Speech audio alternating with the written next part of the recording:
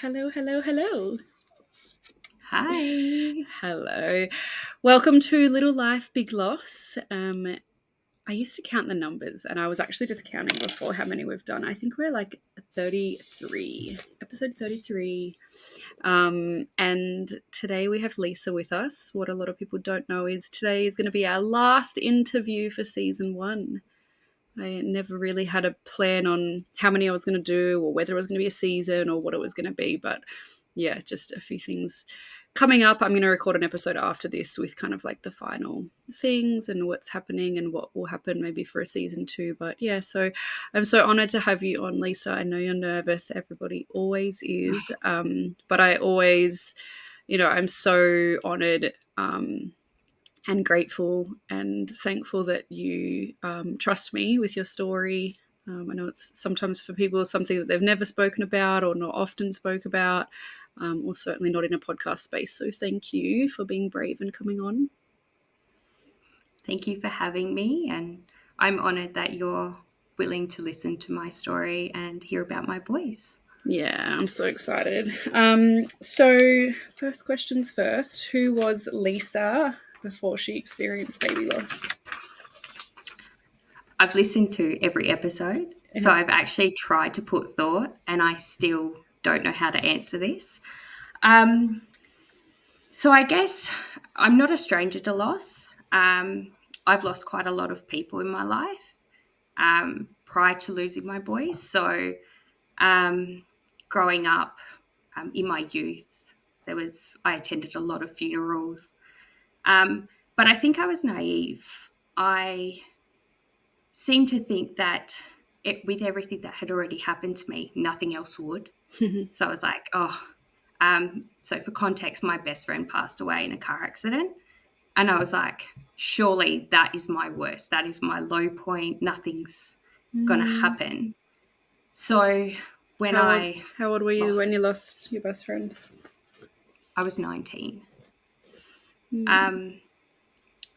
So yeah, I guess I was just so naive and was that person who was like, nothing can go wrong now because the worst has already happened. Yeah. Little did I know Mm-hmm. that was so wrong. Mm. So yeah, I'd say It's so interesting you say that because um, I had a really awful upbringing. I had a very rough childhood, and then my 20s were pretty awful too. Like I just wasn't a great person. I was in a bad headspace. I was just, dealing with my dad was in jail, my mum was on drugs, and lots of things. And I remember getting into my 30s, going, my 30s are going to be amazing because my 20s were so bad, and and then I look back now at 38 and a half and think, fuck, like it's just never ending. Like when is the break coming? But yeah, so I totally understand that. And I think sometimes I read a book the other night. It's called Midnight Library, and it's about a girl who is on the verge of suicide. And she goes into this library, and it's like she gets to choose all of her life's paths. And it was a really good moment for me. When I first started reading, I thought, why has my sister recommended this? This girl's going down all these different paths. But I guess for me, I'm like, if I look back at all the hell I've been through, not that I'd ever want to lose Milli again, but I would choose this path out of all of them because, I love my husband, I love my home, and I have great support, and my mental health has always struggled throughout all my life. But it's probably the best space I've been in terms of support and love and community and all of those things. So yeah, I guess it's just still trying to find the good in the shit that we continue to go through. Wow, I actually had a friend who lost her best friend. I used to manage a gym, and there was a girl that worked there, and she lost her friend in a car accident. And watching her grieve the loss of her best friend in such a horrific way was really, really rough. So I'm so sorry you went through that, and at such a young age as well. thanks. Yeah, to be honest, I think that has affected the way that I've grieved as well. After losing my boys, I wasn't, I guess, allowed to grieve when I did lose my best friend.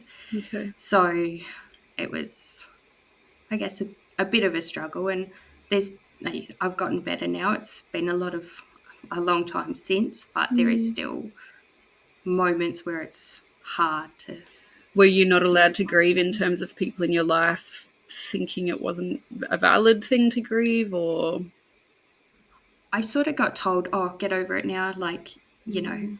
you should be fine," and if I had any sort of outbursts, I was young, so I'd sort of just get real angry, and I was always Mm. told, "Oh, snap out of it, you're being stupid and you need to get over it," and Wow. just, yeah, that was pretty much me and that, dealing with that side of things, so, I don't know if you're the same as yeah. me, but I get into rabbit holes on like Instagram pages of grief now, and I can kind of sometimes see how people must do the same in my page. I was in a rabbit hole yesterday with this girl on Instagram who lost both of her parents through suicide, and from what I can gather from her page, it's been about 7 years, and I think her mum was very mentally unwell, and the dad decided to go with the mum. Like, just wild, like true love story, but this it left this daughter who has, by the looks of it, she's an only child.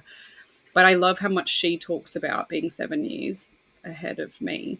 Loves how she talks about like there is no timeline on grief, and it's bullshit to say that we just get over it and all the other things. And I think the community that we have now on social media in grief in general, not just about babies, but gives us permission. And I think for you, like, it might be like, yeah, wow, like I don't ever have to get over the loss of my best friend in such a way.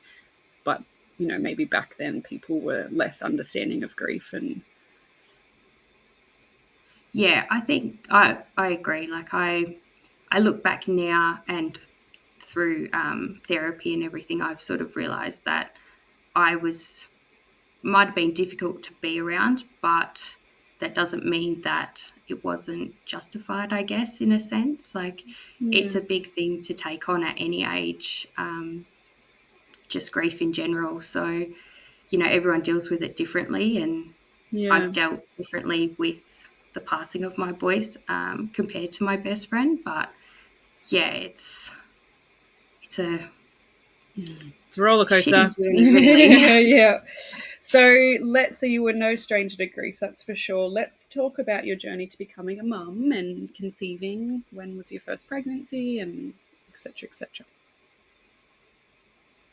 So, my first pregnancy was my pregnancy with my boys. So that was in, I always get the dates. So I found out at the end of 2021 that I was pregnant. Yeah. So me and my partner, we've been together, it's been roughly 5 years at the time. It was the year I was turning 30. So we had sort of gone off everything contraceptive wise and was like, oh, if it happens this year, it happens. And just like we weren't putting in a lot of effort, but we weren't trying to prevent it either. Gotcha. And, it wasn't really happening. And then towards the end of the year, we were like, look, let's just get past my 30th. Once the 30th is done, we'll actually put in the effort and try. So it was so I'm a Christmas baby, so I'm born 2 days before Christmas. Yep. So on the 19th of December, I did a pregnancy test and we found out I was pregnant. So there Yay. goes They me go. not being my 30th. Yeah. Yeah. So yeah, I found out. I was so ecstatic. I told my puppies because they were the only ones home with me at the time. I had to wait 8 hours Yeah. for my partner to get home before I could tell him the news. Um, so yeah, we I guess didn't put in a lot of effort, and we were quite surprised that it had happened. Yeah. But we were both so excited. Um, yeah, so that's pretty much the conceiving Yeah. part. Um, And I'd like to so, mention yeah, continue. Yeah. I have, since I was a little girl, always wanted twins. So twins was a massive thing. I've told everyone, friends, family, I was like, I'm having twins. And the look on like my partner's face is the best. Because he was like, oh, let's just stick with one and see how we go. And everyone would be like, Lisa, you can't choose. And I was like, oh, I just, that was just something I really wanted. Mm-hmm. Um, So yeah, when we went for our first scan, um, completely thinking just one, like no, there was no expectation that there was more than one. So the sonographer, like 5 seconds after she put, I can't even think, started the ultrasound, she was like, there's two. And Oh. it was COVID times. So my partner's got a mask on, so I couldn't even see his face, which is devastating. But he didn't say anything for a while, which is the highlight of Do that. you Well, have oh, not twins in really your the highlight, but family? one of my extended family. Yeah. So my immediate family, no, but I've got cousins, like second, third cousins who have twins. Yeah. So it does run in the family. Yeah. It does run in my partner's family as well, but more fraternal. So Yeah, because they say doesn't it comes really from the apply. the mother's line. Like if it comes from your line because it's to do with your eggs dropping it, etc. Am I right? Yeah, Yeah. yeah. So yeah, so we found out we were having twins. Amazing. And so what week were you at when you went for your first lot of scans and found that out? I was about 8 weeks. Yeah. Because I had irregular cycles as well. So I didn't think I was pregnant at all. And it was just when I told a friend of mine, I was like, oh, I've just been getting like these cramps. She's like, you could be pregnant. So that's what prompted me to do a test. So I was already, I think it was about 5 or 6 weeks when I did my test. And Yeah. then by the time I could get a scan in because of Christmas and Yeah, true. everything, Yeah. it was pretty close to 8 or 9 weeks by Wow. that point. Wow. Okay, so being twins, they obviously, when I say obviously, actually, so I've always been the same as you. I'm like, oh my gosh, I would love twins. I always said I wanted them in my first pregnancy because I wouldn't know how challenging pregnancy is otherwise. You don't know what it's like to have one child, so I just want two straight up. I've always said that. And then experience, and we had a miscarriage in 2021, and we always made jokes like, oh, it's because there was only one in there, and God knows we want two. So little did I know 2024 we'd still be trying. But it wasn't until I've experienced losing Milli and interviewing people and the world of loss that I've realized how high risk twin pregnancies actually are. I think we always just see the cute little double kids and they're matching outfits and all the rest of it, but we don't actually think of the implications of that. So what happens when you go to a scan and you find out that you've got twins? What then happens after that? So for me, they were just like, you'll just come in for more scans. They did tell me it'd be high risk pregnancy. So I'm really bad with the correct terminology, but I think it's called, I'm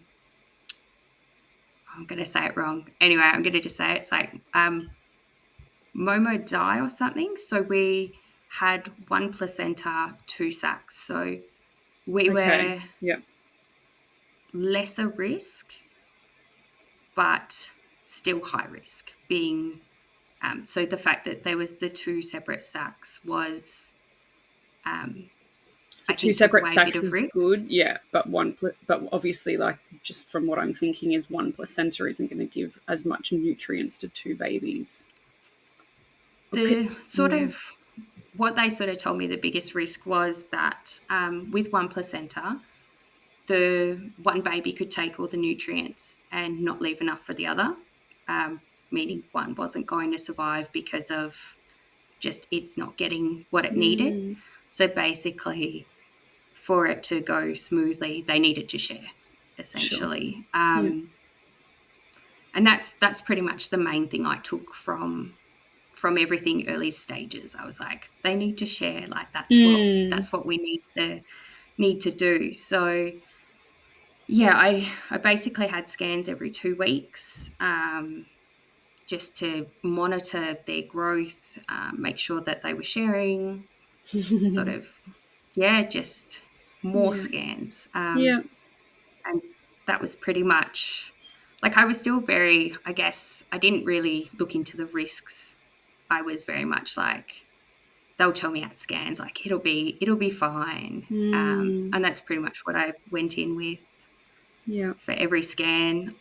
I was originally going to see a private obstetrician, but we didn't have health insurance to cover private, so we were planning on going out of pocket. Yeah. But then you see the costs when it comes to all the extra stuff. So for twins, it wasn't really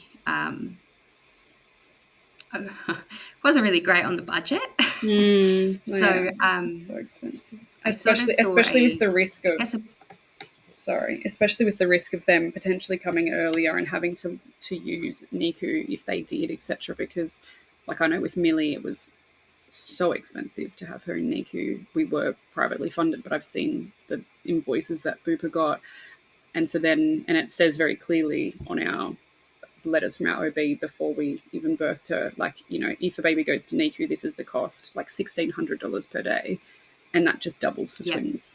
So, like, it's an astronomical amount of money, especially if something goes wrong. And then they also want double the amount of specialists in the room. So, like, you'd need 2 pediatricians. Wow. So yeah, it was sort of like not going to be good, because we were aware that there was the chance of obviously a NICU stay. So it was like that would just not be great. Yeah, and the public system is fine. I used to not say those things, but I've soon to learn that private's not everything. I think for me, the only reason I wanted to do private was I like the idea of having your partner stay with you. That was pretty much my whole thing. I was like, oh, yeah, it'd be nice to have him with me overnight, and having 2 as well, be pretty full on. But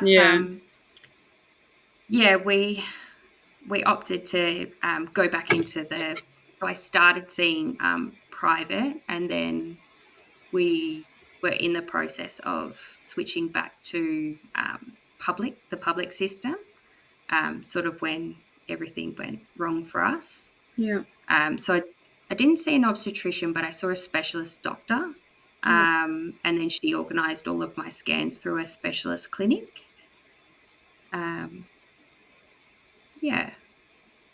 So that was. And so at what point did they indicate that something might have been wrong?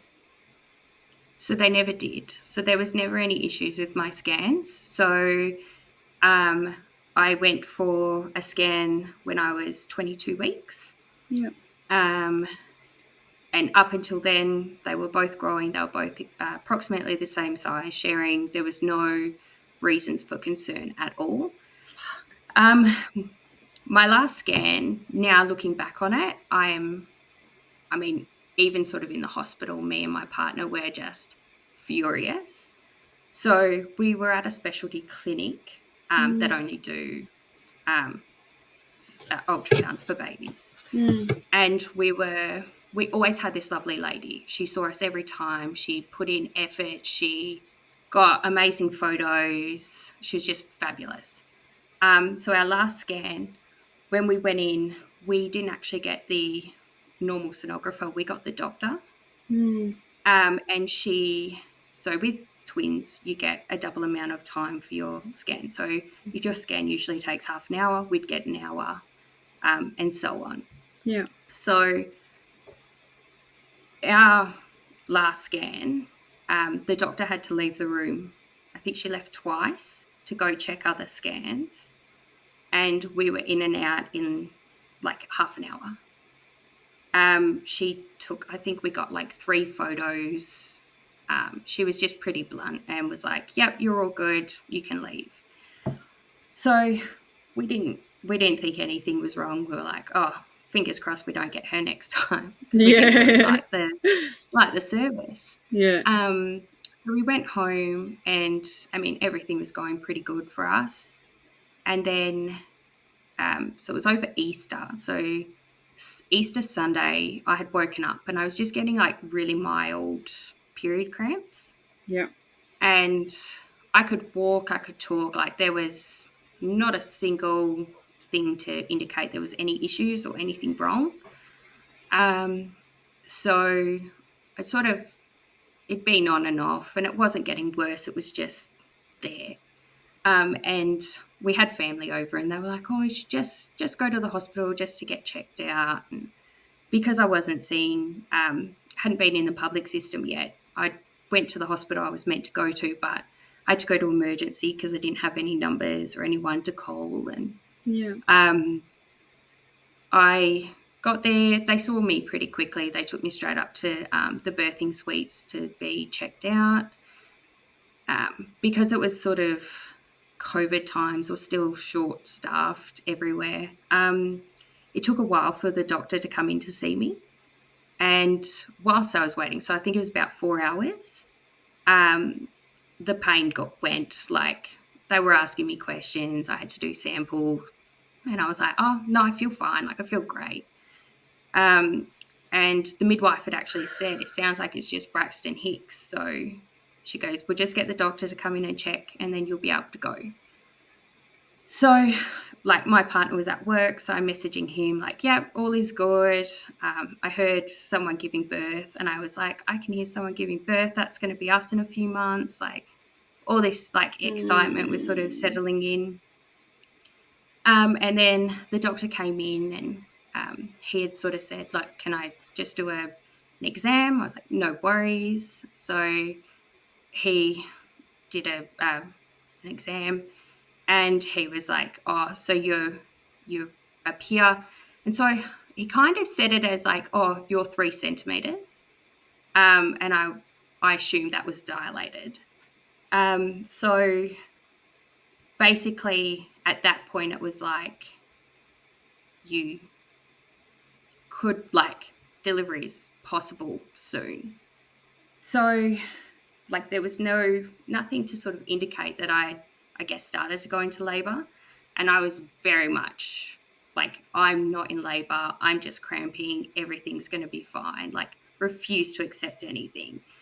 I had to call my partner. He left work, came straight to the hospital, come up to see me. And I can't remember at what time, but at some point that night, like, contractions had started, and I was in immense pain. Like, it was So just out of just, nowhere, like you were just at home, everything was normal, you'd had a scan. How long earlier? How long earlier was the scan that? so I had a scan on a Thursday, and I was in hospital on Sunday. And so did they check your cervix or anything at that scan? Like had your cervix started opening or anything? The doctor said cervix looks fine to us, and that was it. I requested a report from that Mm. scan, and nowhere on the scan says anything about my cervix. So I don't think it was checked. I think she just did a quick little, "Oh, everything's fine." And just, it was, for me personally, I think it was just about the money, like, come Get in, out. get a scan, give us money. Yeah. And so in this, like, so obviously the doctor's come in, he said you're 3 centimeters. Did they have a conversation with you about what is about to unfold and what this is going to look like? Because you were only 22 weeks. I was 20. 22 and 3 by that point. Yeah. Um, I honestly, I don't know if they really did have a conversation with me in depth, because I think I went into a bit of panic then. I was like, "Oh, like, what does that mean?" And Is there a they were sort chance, of like, "Oh." like, do they give you a chance of survival rate at this point? Or it's just, like, do you know what I mean? Like, I just feel like that there would have been there should have been a conversation of like, what is happening? We did end up having there was a conversation eventually. So they said viability at this stage is 23 weeks.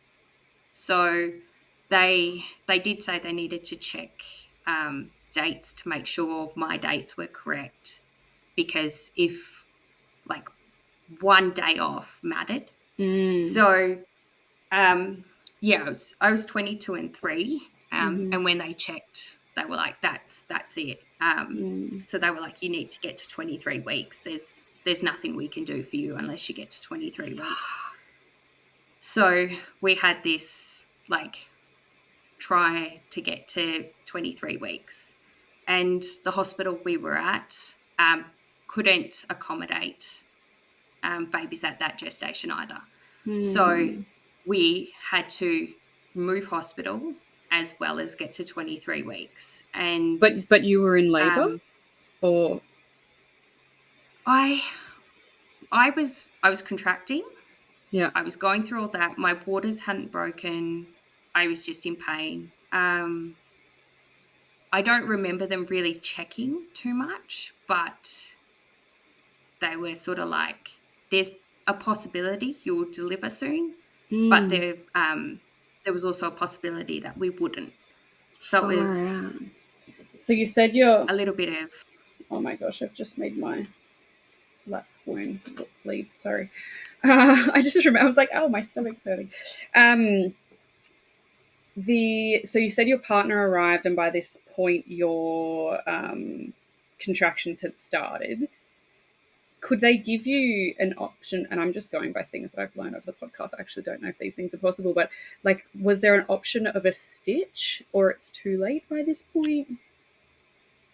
I don't think they ever brought it up, and I think I think I thought of it. I can't remember if they mentioned it, but I sort of was like, is there anything they could do? And I'm pretty sure they said there's not really anything they could do. Yeah. So later on, I did think, like, could I have gotten a stitch? Like, was there things they could have done? But they sort of just offered me pain medication.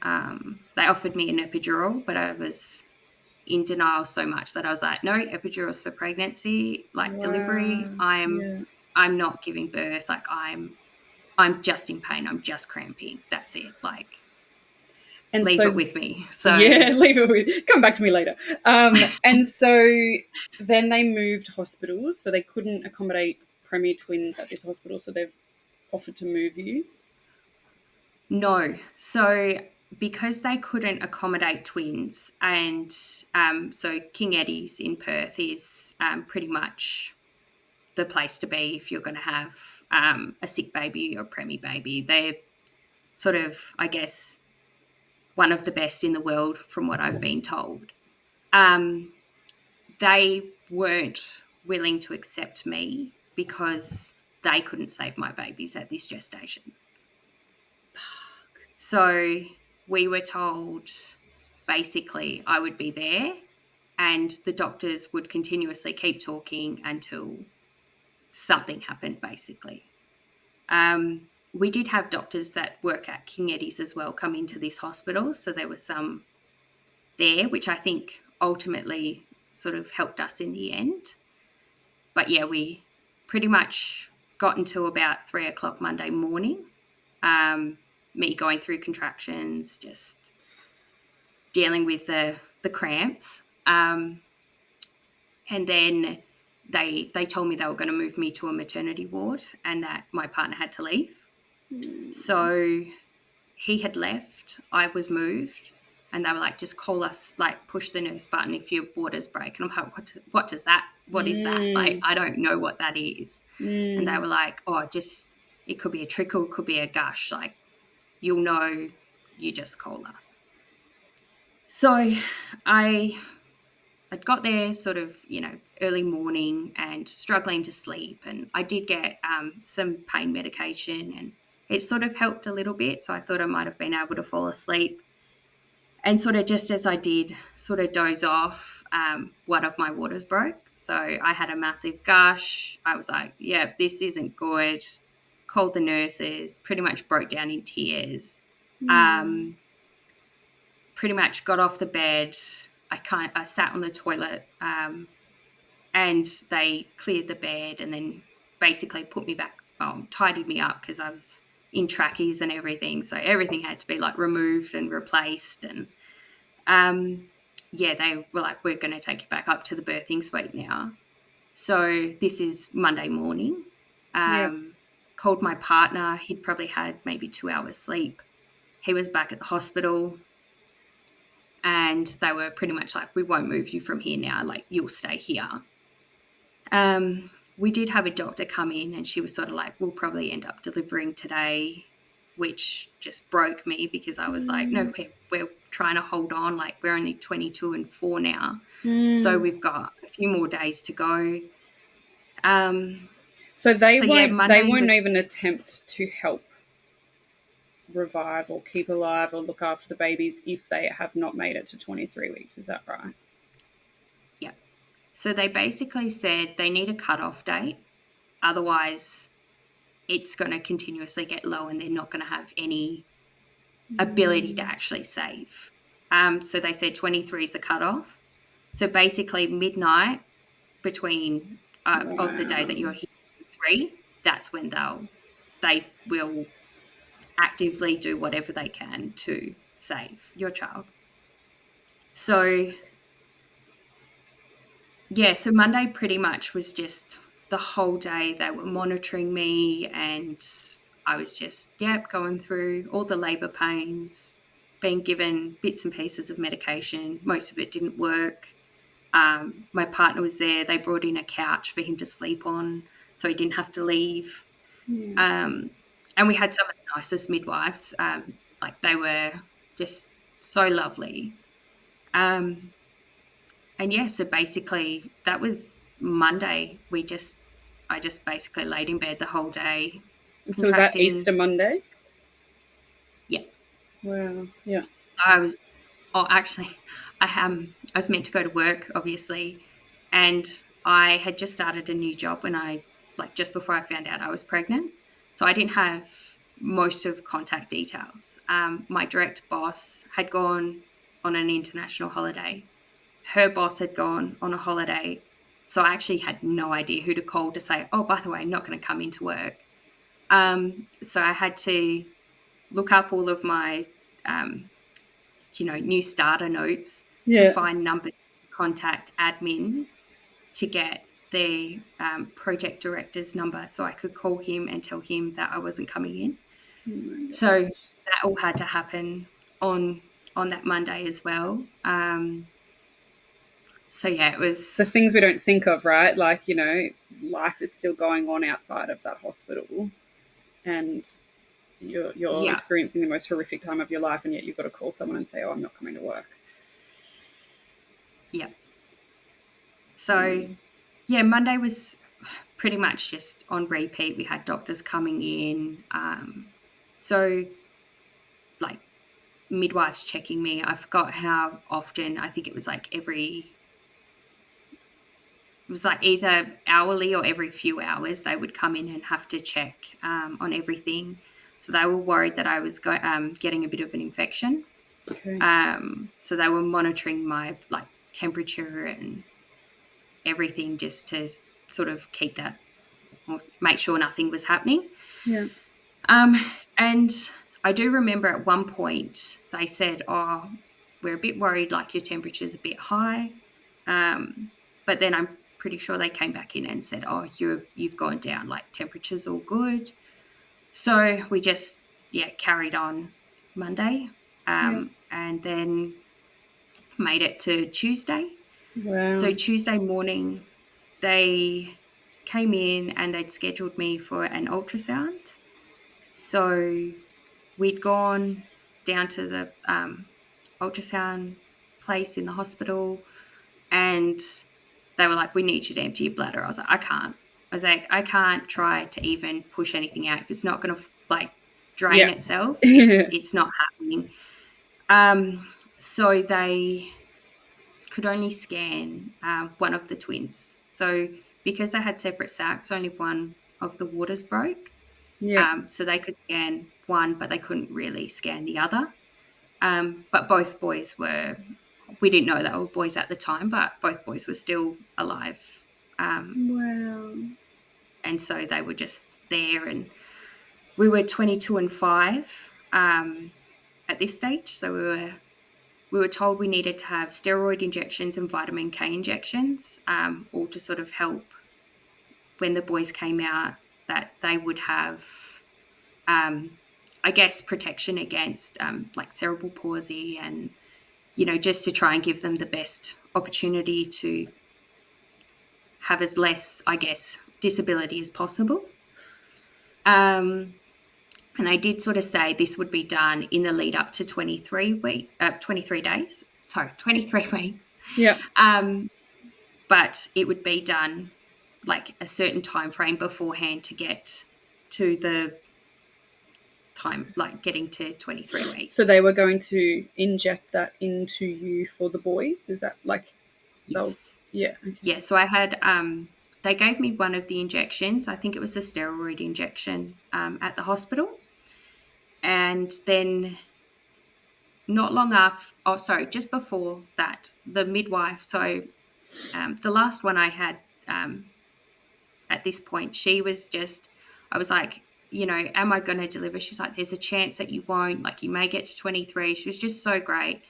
And she'd actually gone out and she came back and she was like, I've got some good news. And I was like, what's that? And she's like, we're going to give you a steroid injection. I was like, oh, great. Like, this is progress. And she goes, and we're going to take you to King Eddie's. Like, King Eddie's are going to take you. We're going to take you now. So basically, I got the injection. And then within probably a couple of hours, I was being loaded into an ambulance and I was on my way to King Eddie's. So it was sort of like, our whole goal was like, we need to make it to 23 weeks. We need to make it to King Eddie's. Like, Yeah. we've made it to King Eddie's. Now we've just got to make it to 23 weeks. So this is all on the Tuesday. So we were 23 weeks, 5 days. And I think, like, looking back now, I realize the ambulance ride was when something was wrong. So I got in the ambulance and I was just so hot. Like, it was ridiculously hot. Like, I was like, it's like, I'm so warm. Like, why is it so hot in here? And they're like, oh, we're really sorry. Like, the aircon's not working. But I was like, I'm just so warm. And the midwife's fanning me with her clipboard. But I just, looking back now, I'm like, that wasn't a good sign. Yeah. So I'd gotten to King Eddie's, been taken up to their birthing suite. And my partner, Brad, he had to drive and meet us there. And then he sort of came in. And then all these doctors came in and they were like, oh, we're just, got to do some checks. And this was the moment that it all became really clear to me that it was not looking really good. So basically, like, if you've ever Googled, like, what your discharge should look like and all of that sort of stuff, you'll see that it says, like, if it's green, it's not good. So they had actually, like, I had sort of a pad on the whole time, and when they took it away, it was green. And they were like, this is an infection. I was They were going to like, say I've you never have an even heard infection. of that. So they were basically like, you have an infection. It's not good. Mm. They were like, because you're pregnant, it's bad for you, and you could die. So we're sort of there. I'm still cramping or contracting, and we're told basically, if we don't deliver, then we pretty much all potentially will die. They gave us statistics on if we were to make it to 23 weeks. It was, I think, a 70% chance of a disability for both boys. And it sort of went down each week. So every week that passed was such a dramatic improvement. So we were basically given the news that I was unwell, really unwell, and could die.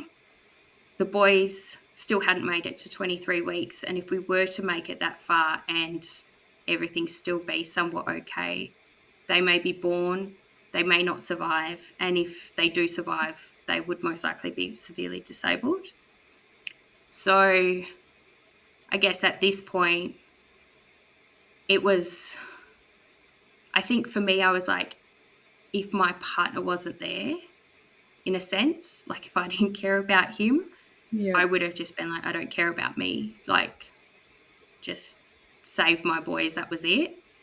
But it got to the point that I was like, if we do nothing and I die and the boys die, then my partner's got to bury or,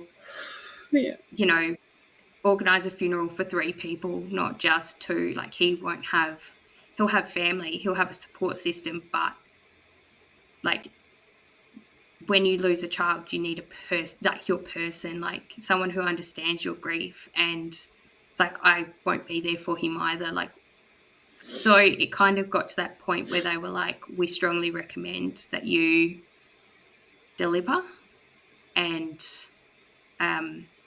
so we can treat you. And they gave us a bit of time. So they gave us, I couldn't tell you how long, but I think it was like maybe an hour. And we sort of talked about it, and it was sort of, in my mind, I was like, but the boy still might survive. Like, they may come out and they may. So we'd been told that if any child is born and they take a breath, they have to give CPR. Like, they can't not do it because that's of why the when you were gestation. saying, like, they have to get to 23 weeks, I just thought, how? Like, imagine being a doctor and if they're born at 22 plus 6 and they come out, they'd refuse to help them. Like, I didn't understand. So if they take a breath, they have to help them, but the likelihood of them taking. Yeah. So they basically said if they take a breath, they legally have to do CPR. But if no breath is taken, they don't have to do anything. Wow. So this is sort of Tuesday evening. And I guess, like, I still hate that we had to make that decision, but we did decide to, I guess, deliver because I mean, my reasoning. I don't think you had a choice. You were, by the sounds of it, you were in labor and delivering anytime soon anyway. Yeah, I think for me, I'm like, it feels like it was a choice that we had to make, and it feels sometimes like we chose me over them, which sucks because that would not have been the case. Like, if I knew they would have survived, I wouldn't have cared. Of course. But I just couldn't put my partner through losing all 3. Yeah. So we ended up getting, I guess, agreeing to deliver. Yeah. And so I was given an epidural at that point. And then I'm pretty sure they'd given me some stuff to bring on labour as well, because I don't think it was like I wasn't actively, like, I was going through the motions, but I wasn't at that, So push they stage or anything like that. Introduced the labour. Yeah.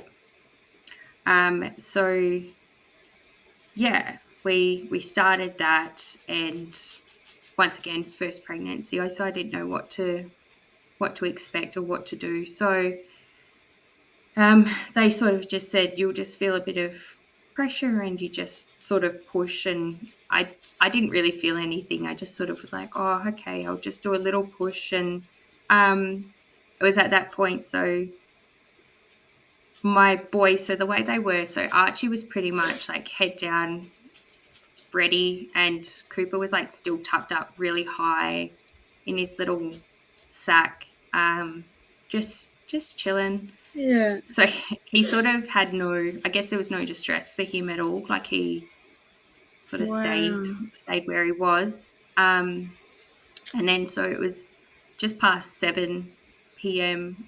Archie was born. And so we did actually say to the doctors, they did ask us if we wanted them to do anything. And I responded and I said, if you think that there is a chance or anything you could do, I want you to do it. But I believe you're the professional, so you'll know.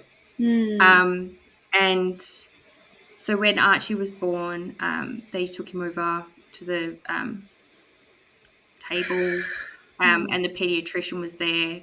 Brad got to go over and stand with them, and he didn't say anything directly to me. It was a bit away from me, but I'm pretty sure he turned around to Brad and was like, there's nothing we can do. And he's not breathing. He's alive, but not breathing. So it was like, at that point, that I guess they sort of wrapped him up a bit, and I can't remember if I think Brad held him for a little bit, and then he brought him over to me. And in that time, like, we didn't know what we were having, so I was like, "What did we have? Like, what have we got?" And they were like, "Oh, boy! Like, you're having a boy. You've had a boy." And being identical, they can't be different genders. Yeah, But I was going to in say, my did you know? stage, I was like, "Oh, I wonder if the other one will be a boy." Like, that's sort of, I guess, one of the positives we took from the, I guess, shitty situation was we found out that we had boys, and my stupid comment. Yeah. So yeah, so we held Archie, and he lived for about 8 minutes before he passed away, and Wow. then they, because Cooper was so high up still, they had to do all this stuff to try and bring him down. They had to break my water. So they did pop my water, and I was like, be prepared. And they were like, oh, it's okay. And then just fluid went everywhere and like just saturated the doctors. I was like, I told you. I thought, and is this And why? Because you said earlier, like how that one of your waters broke. How long did they leave you from when your waters broke? Because I thought, I don't know, that there was only a certain amount of time you could be in labor, or that you could have not birthed the baby from when your waters break. Is that a thing? Like, because I'm you're at not high sure. risk They of never told infection? me that. They never told me anything like that. But Archie's water broke probably about 6 a.m. Monday, and this Yep. was about 7. Well, and then I gave birth about 7 p.m. Tuesday. So I would say that's why you had the sort of just, infection. That's not. That's a non-medical opinion, but I thought that once your waters break, you only have a certain amount of time because of risk of infection. I have heard that, Mm, but I don't know, and they don't know when the infection started either. mm. They couldn't tell me if it was before or after um, Yeah. Okay. the waters broke. They just don't know. Um, so So they yeah, it broke was just broke the past, waters for Cooper. yeah, and then they had to sort of pull him out, and he was taken over to the pediatrician, checked. Same thing. Sorry, we can't do anything. And me and Brad got to hold him. I felt a bit sick at this point, so Brad held him the longest. And so Cooper lived for approximately 30 minutes before he passed away. Um, and then sort of, yeah, it all kind of happened within an hour for us. We gave birth, and then both the boys had passed away. Wow, it is so horrific, and it's you said something before that brought tears to my eyes straight away, and I think it was when you said like that it was the two boys and you didn't know that they were boys, but the decision, like when you were so close, you were 22.5, and it's just like knowing that you had 2 days to make it to 23, but then the risks are still there, and then you get an infection, so the risk is on you, and then having to make that decision, and then Brad not having anyone, and like there's just so much complexity in all of that. Yeah, it wasn't.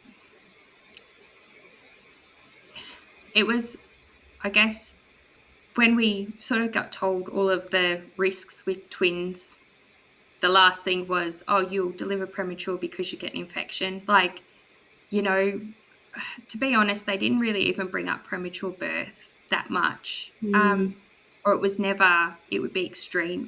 It was always, oh, they may be in the NICU. So yeah. like we never really got that feeling that this would happen. And I mean, up until this did happen to us, I didn't know what um the age was where they would Mm, actively try to save a baby.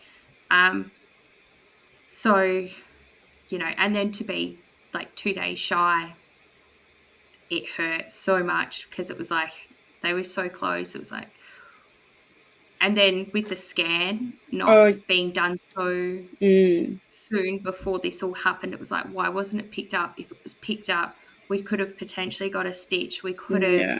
put me on bed rest. We could have done anything, and I could have got another week, maybe 2, and Mm, the outcome may have still been the same, but the yeah. chances were better. Um, so that was pretty hard to sort of accept. Um, I just remembered what made me and cry then when you said that on the Tuesday, was it the Tuesday you had a scan and both the boys were still alive. And it's like 22 plus 5, they're like little tiny humans and they've got all of their, limbs and all of the things and they're just in there all snugly and safe. And then it's like, but then all of this hell is about to break out. And I just like imagine them like, ugh. mm, it's But like they. I always think that Archie knew what was happening, and that's why his water broke. I feel he took everything to try and save Cooper. yeah, Um, so I like to think he's like my little, like, strong warrior who tried to protect his brother and yeah, was willing to take the bad outcome yeah. so that Cooper had a chance. Um, It's yeah. so fucked up. It's really shit. And the other thing that I think of more so now is like how much pain you must have, like, you had an infection and you're birthing babies and you're birthing placenta and like, like thinking about what your actual physical body went through is actually horrific. The birthing part, because I was so small, and obviously I realized this later on after I had my daughter, but the birthing part wasn't like, that was mentally hard, but it wasn't physically hard. But the contractions and my denial, so I didn't want to take all the pain medications. I just wanted to get through it all. Yeah. Like, that was pretty exhausting. And I Mm. remember sort of feeling pretty defeated on the day when they told me that there was the infection, that I was just like, I've tried so hard and it didn't work. Yeah. Like, it was Yeah. it was really hard. And I think also the hope, like you were getting transferred to this hospital, like it's like, oh my gosh. And like I know we had similar with Millie on the Wednesday where we had our most hopeful day the day before we lost her, and it was like, oh, like we thought we were coming home, and then we lost her. And I was just chatting to a girl the other day. She reached out to me on Instagram, and they had their little baby in hospital for 8 weeks, and they thought they were bringing him home, and then he died that day. And it's like we get this hope, but it's almost just like it makes the crash so much worse. You were in the Yeah. ambulance being transferred to this hospital that you really wanted to get to, and then it's fucked. It's so shit. And I don't think at any time up until like the hour or two before birthing, I was like, they're going to survive. Like, Mm, I am going to make sure that they survive. I'm going to do everything I can. So yeah, when it sort of hit those, I guess, hours where I could see the infection, and I was just like, mm, I failed. Like, it hasn't worked. mm. And I was like, there is nothing I can do. And it And just sort so, of yeah, felt like, yeah, I can't even explain like how crappy that made me feel. It was just like, mm, we were close. We had injections. Like, I'd gotten the first vitamin K put into a drip as well. So I was getting that. And then it was just like, oh yeah, no, this isn't going to work. So mm. And like even like you were saying before, like you felt like you had to make that decision, and that you guys chose you over the babies. So I feel like just from listening to you, it sounds like you're saying like, you felt like you failed, you felt like you didn't get there, it felt like you had to make that decision, but like you did all that you could to get to where you did. Like there was nothing more that you could have physically done. And most people don't know, but the hospitals will always choose to save mum over babies because, you know. Yeah, for a long time after, I was like, I hate my body. My body's like failed me. I was angry at myself. I still have days where I'm like, I could be with them right now. Like if I had changed my decision on like really hard days.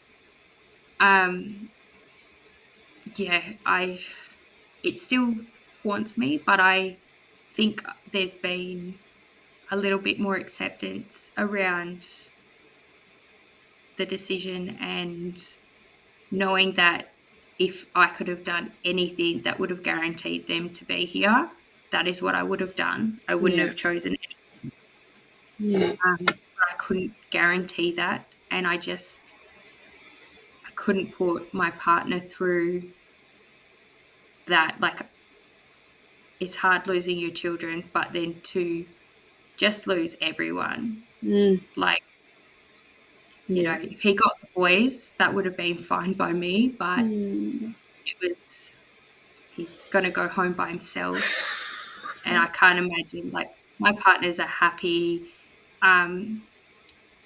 just doesn't get affected by things very easily. Mm. So it was sort of like I didn't know if he would cope without anyone, basically. Yeah.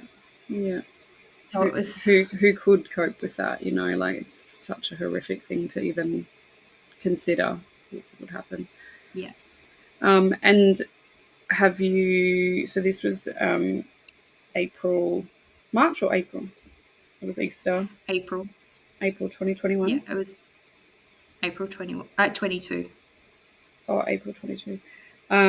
And so, what kind of support did you guys have? Like, firstly, how like so? Did you spend time with the boys? What kind of happened in the labor room once you delivered the boys? So after delivering the boys, they actually had issues getting my placenta out. So I had to go to surgery. Um, So they had told my partner that it wouldn't be long. I think they had said maybe like an hour or two max. And I was away for a lot longer than that.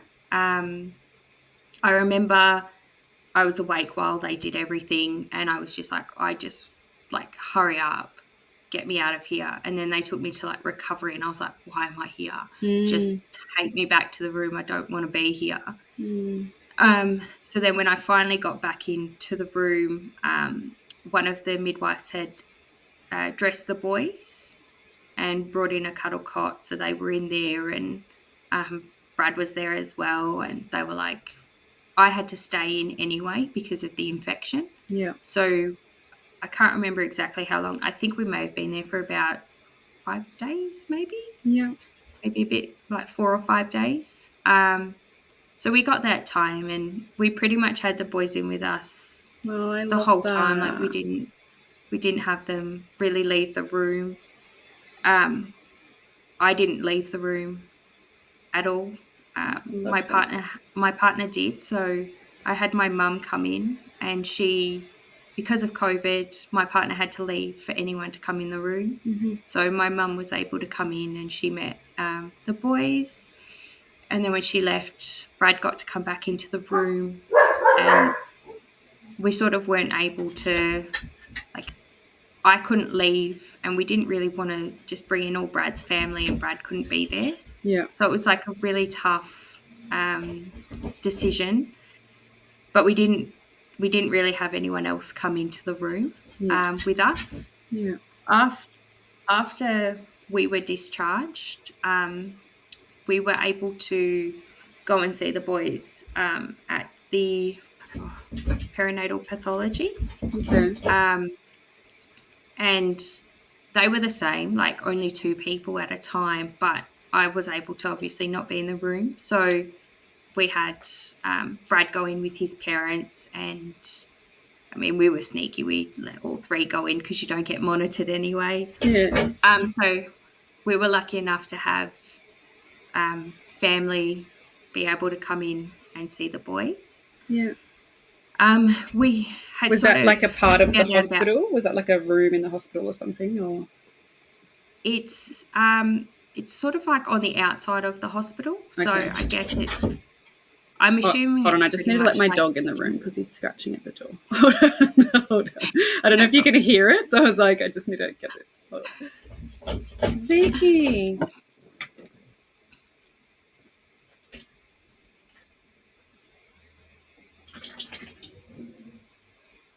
Okay.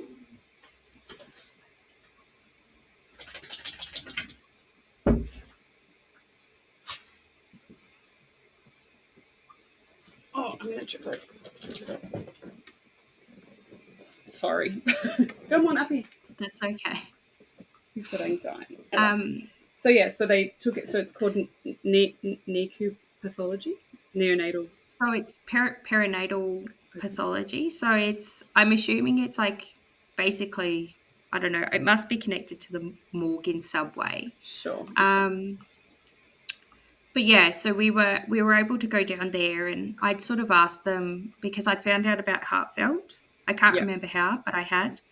And I was like, how can we get photos if only two people are allowed in the room? Like, can we have three so we can have a photographer? Yeah. And they were like, we can't bend the rules. Oh. And I was like, okay. So I was pretty devastated because I was like, how are we going to do anything? And then they were like, but you can take them home. You can take the boys home. And I was like, yes, 100% yes. So we had to get documentation signed and everything, but we got to bring the boys home. No, I love So I got to this. introduce them to our puppies, and we Yeah. had sort of, I basically said to anyone in the family and friends who wanted to, were more than welcome to come. And we had most, not all, but we had most. And we had Heartfelt come out. And we took photos of everyone with the boys. Heartfelt took photos. So we've got those. But it kind of, I wasn't really in a I'm ready to let go stage because I would be going to visit them daily. Like I Yeah. went in every day, and if we missed a day, I was like, I feel like the worst parent, and you Yeah. couldn't go in on weekends. And then the lady at perinatal, she actually said, I think you need to consider like stop coming. Mm. Um, and you probably need to get on with like funeral arrangements. I mean, she said it nicely, but Yeah. at the time I was really taken aback. Um, but yeah, basically, I don't think I was letting go in a sense. Mm. And I Yeah. was just like, but I could go and still see them. And until everything's organized, I can do that. But they were Yeah. like, the deterioration was happening. And so How long had it's this sort of been after that by this lady, point? um, maybe 2 weeks, Yeah. maybe 2 weeks since we got out of hospital, maybe a bit longer. It was pretty bad. Yeah. Um, so sort of at that point or I guess me so much, like more so was like, okay, I think I need to stop going because like they mean it in a nice way. And so we stopped after that conversation. Yeah. Um, yeah, and then we sort of had organised the boys' funeral by that point, and Yeah. And were the yeah, boys cremated or were they buried? they were cremated. Yeah. So they were cremated. We had a lovely lady who sort of helped us with everything. She was just so beautiful. Like we'd called places, and I was like, it has to be the right people. And some felt just wrong, and others felt pushy. And this Mm. lady was just so lovely, and she hadn't experienced it herself, but she was just lovely. Yeah. So yeah, It makes such a big difference, huh? Like it's It's an industry that would take a very special person to work in, but I think sometimes they still get it wrong, and Yeah. for somebody that hasn't experienced it, but I'm sure she's witnessed many, many funerals, more for babies She than had we compassion. realize. Yeah, that's so nice. Yeah. Um, I actually love when I hear that people like took their babies home or spent more time with them or did those things, because there's no right or wrong way to do it, and we were the opposite. We were too scared to bring Millie home, and hold on, now my other dog is crying. This is why I went to a podcast studio for a while.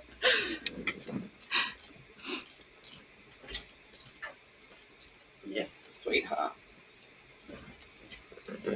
She's the naughty one. They'll probably wrestle now.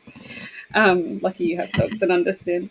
Yeah, we were the opposite, I guess. For us, we'd spent 6 days in hospital with Millie, so by the time she had passed away, we probably only spent an hour and a half with her and then left. And I think, not that it's a regret, because we didn't know any different, we didn't know what to expect, and it was shock. But when I hear that somebody spent so much time after, like, I just go, oh yes, like, there's already so many regrets around for yourself, even, regrets on or guilt and all of those things. So I think it's beautiful that you spend so much time with the boys after, like, even though it was too long in their eyes, and they told you to stop. That, I just think, as it for you, like, you were just showing like you just never wanted to leave them.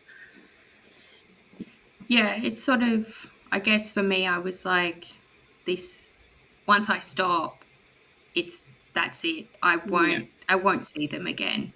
So it was very much about, I guess, trying to remember everything, like, about them Yeah. that I couldn't get from a photo. Yeah. Um, and I guess, like, I just felt every time I saw them, I just told them how much I love them. Mm.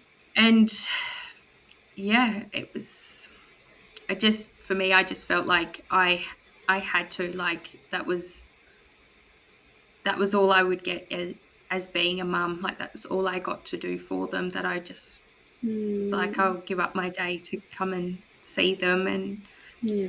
yeah, spend time with them. Yeah.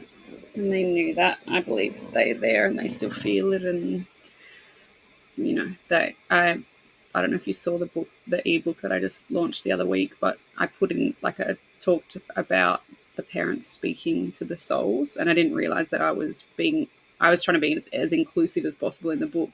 But somebody said, "Oh, not everyone believes in souls," and I'm like, oh.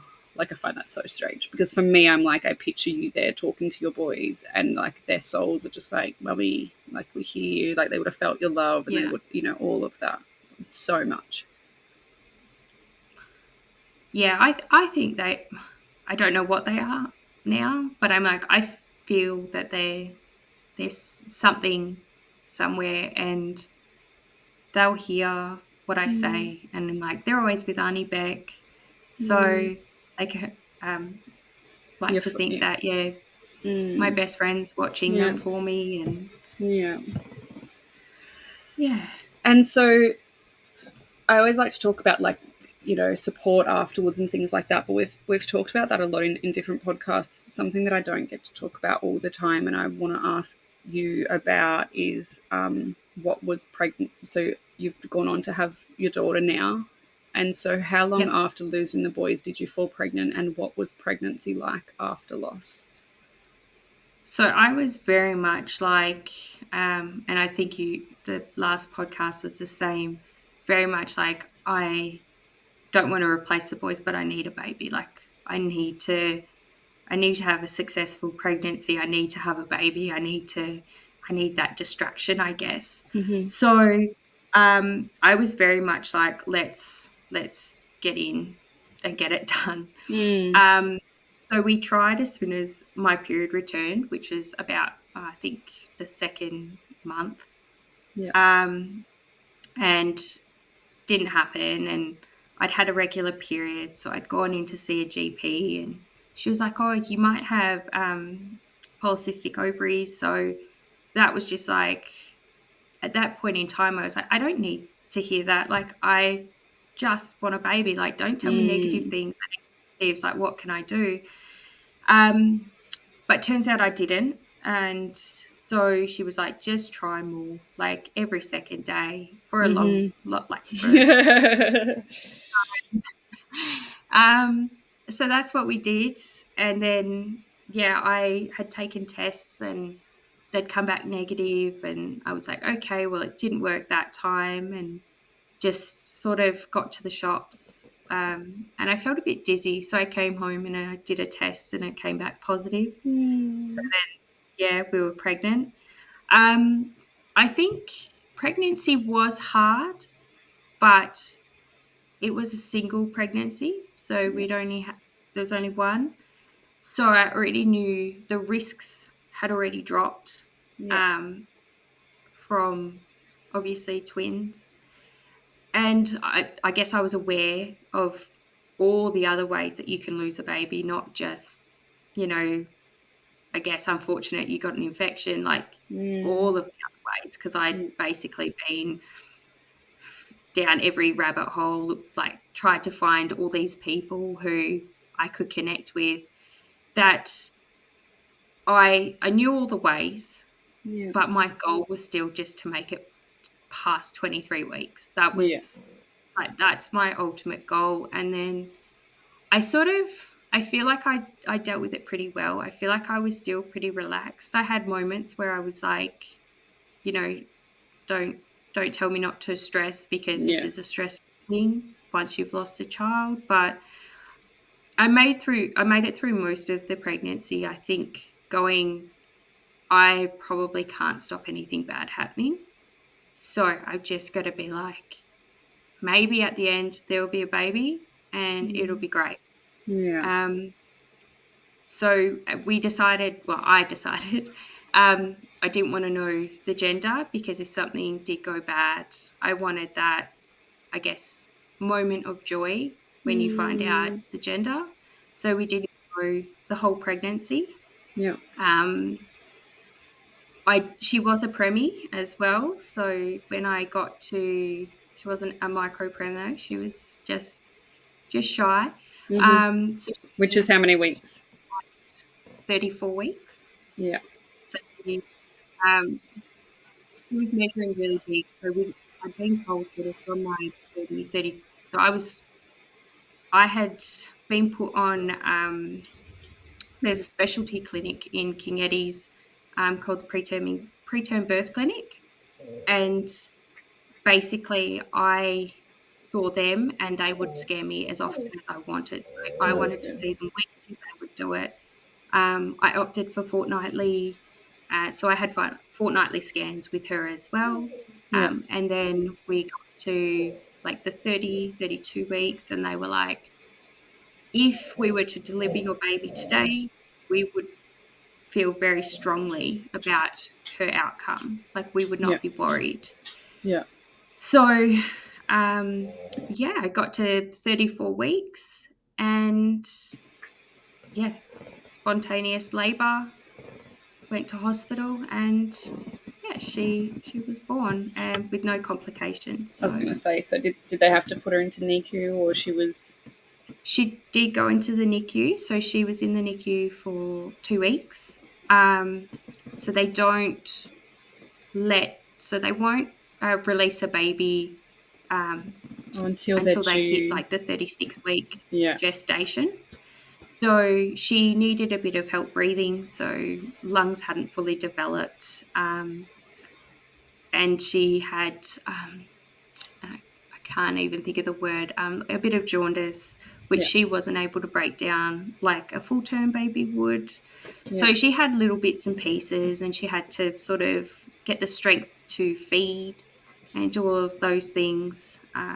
What was But it when like? she was, What was it like going into labour again?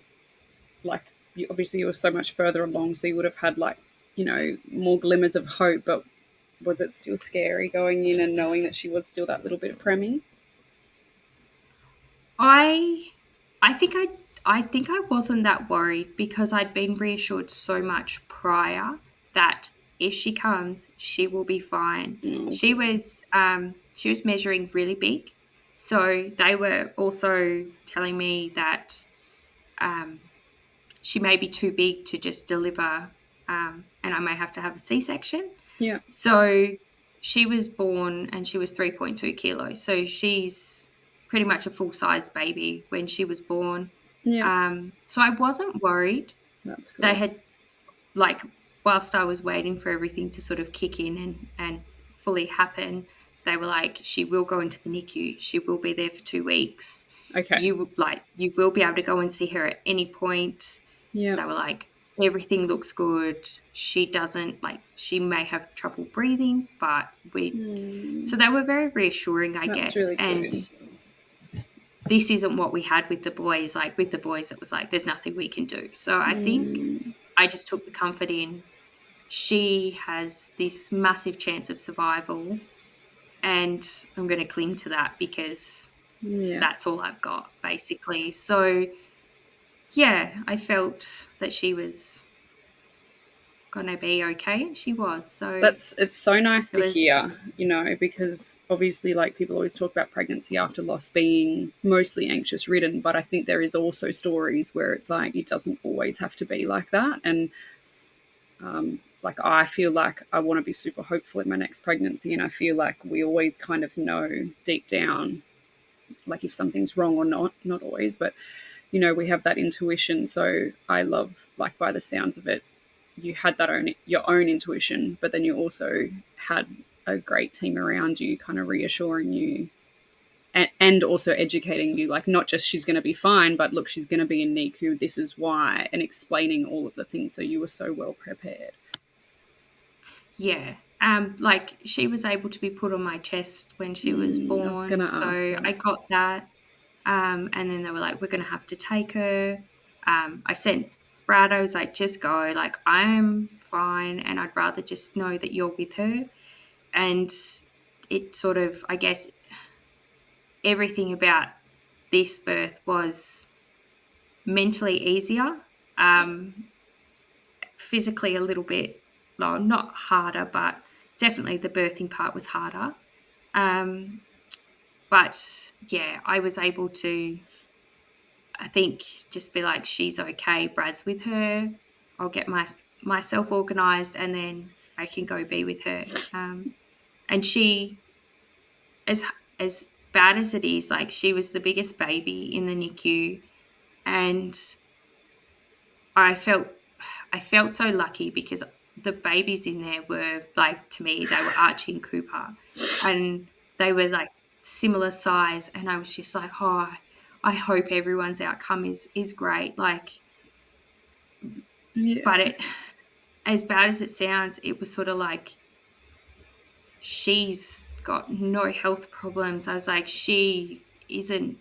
The chances of her not making it out were so like, Yeah.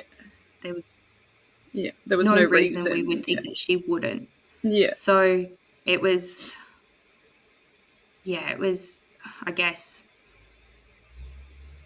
the way we looked at it was like, she's coming home. Like, Yeah. we didn't for a second think she wouldn't.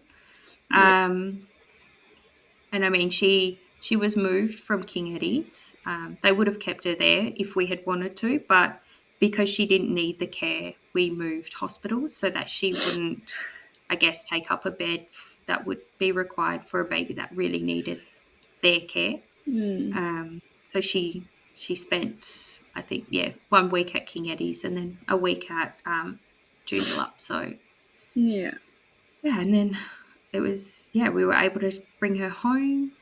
I do think she came early for me as well, because I wasn't worried, but I didn't want her to come on the boy's birthday.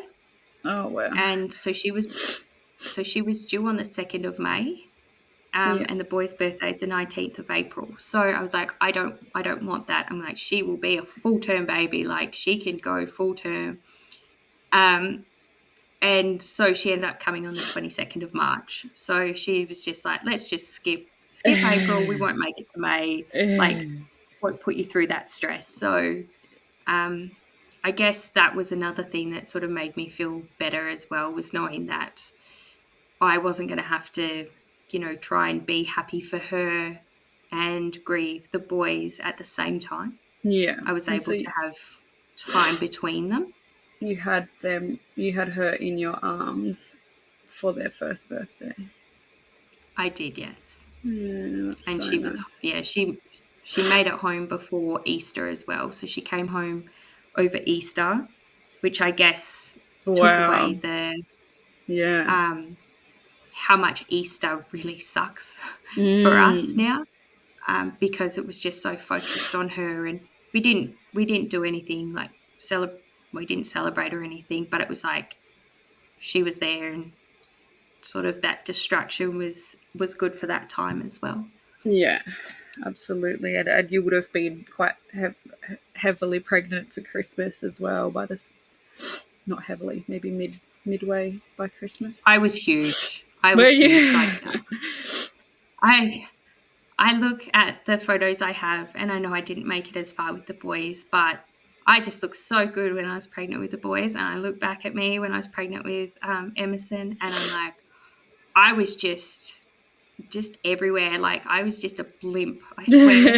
And I had friends that were pregnant at the same time, and they just looked so good. And I was like, I, I looked like I had a watermelon under my shirt, and like I blew up. Like I don't know why, because I like there was no risk of preeclampsia or anything, but I was just a balloon, like swollen ankles, Isn't just it funny? Isn't it funny how everything. two different pregnancies can be so different? Like, yeah. Yeah, I sort of look back and I'm just like, just looked horrible. I'm like, there was no pregnancy glow. Like it was definitely not there for that pregnancy. Oh, that's so. But although you can't judge a book by its cover, I used to have everyone going, "Oh, you look so great," and I was like, I feel horrendous. Like I was so sick and just, woof, like it's pregnancy's hard. Pregnancy is so hard. Like I think It is.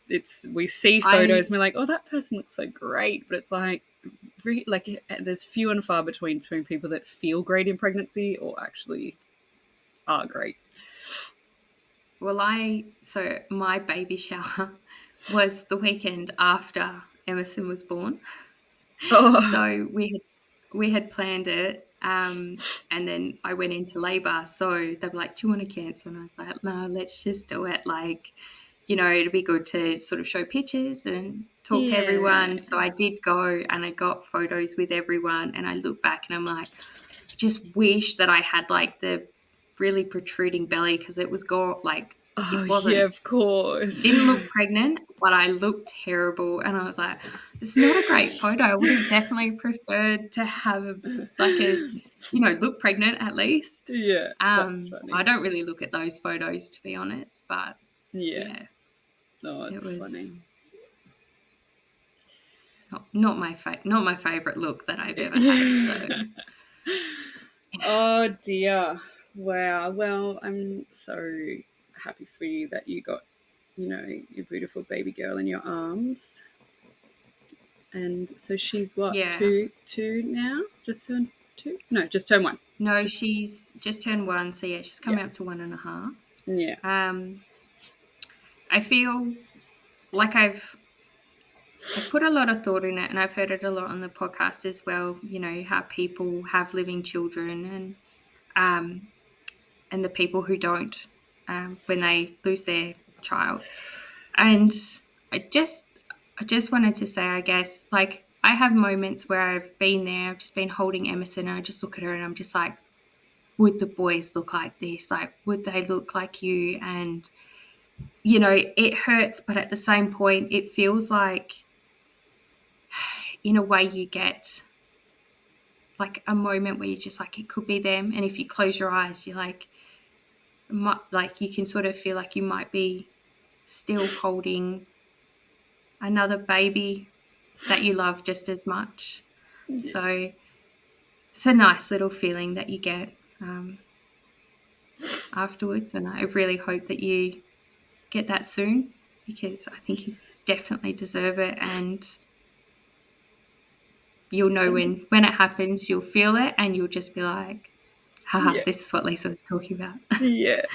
No, I was going through my photos the other night of Milli, and I haven't like laid there and looked at the photos and the videos in such intent in a long time, and because I've always struggled to imagine, because she was so unwell and she looked so unwell. But sometimes when I go back and look at the photos, like I can find a couple where she didn't look so sick, and I'm like, oh, that's what your siblings are gonna look like, you know. And I do think that they're all gonna look the same, and I can imagine holding them and still thinking of her, and so it will be so beautiful.